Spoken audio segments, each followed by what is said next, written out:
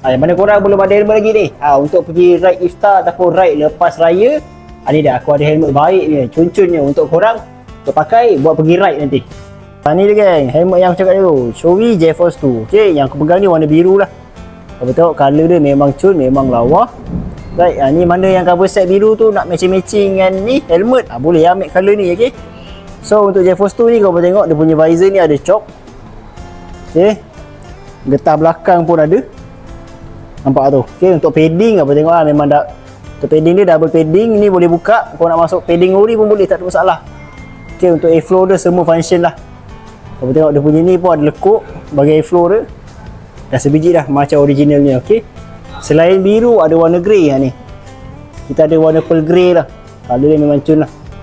Okay, colour memang handsome ni kalau kau pakai. Auto handsome lah. Right, kalau untuk J-Stream pun kita ada juga. Ya, J-Stream ada warna merah lah. Okay, untuk J-Stream ni kau boleh tengok. Okay, visor dia pun ada chop juga.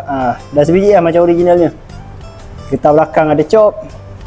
Untuk padding pun padding double double padding. Ni pun nak buka pun boleh nak buka, nak pasang ori pun boleh, tak ada masalah. Okay, untuk colour ada warna merah dengan kuning lah, kuning Musang King yang panggil lah. Colour dia memang cun lah. Okay, serum Jepun pun ada.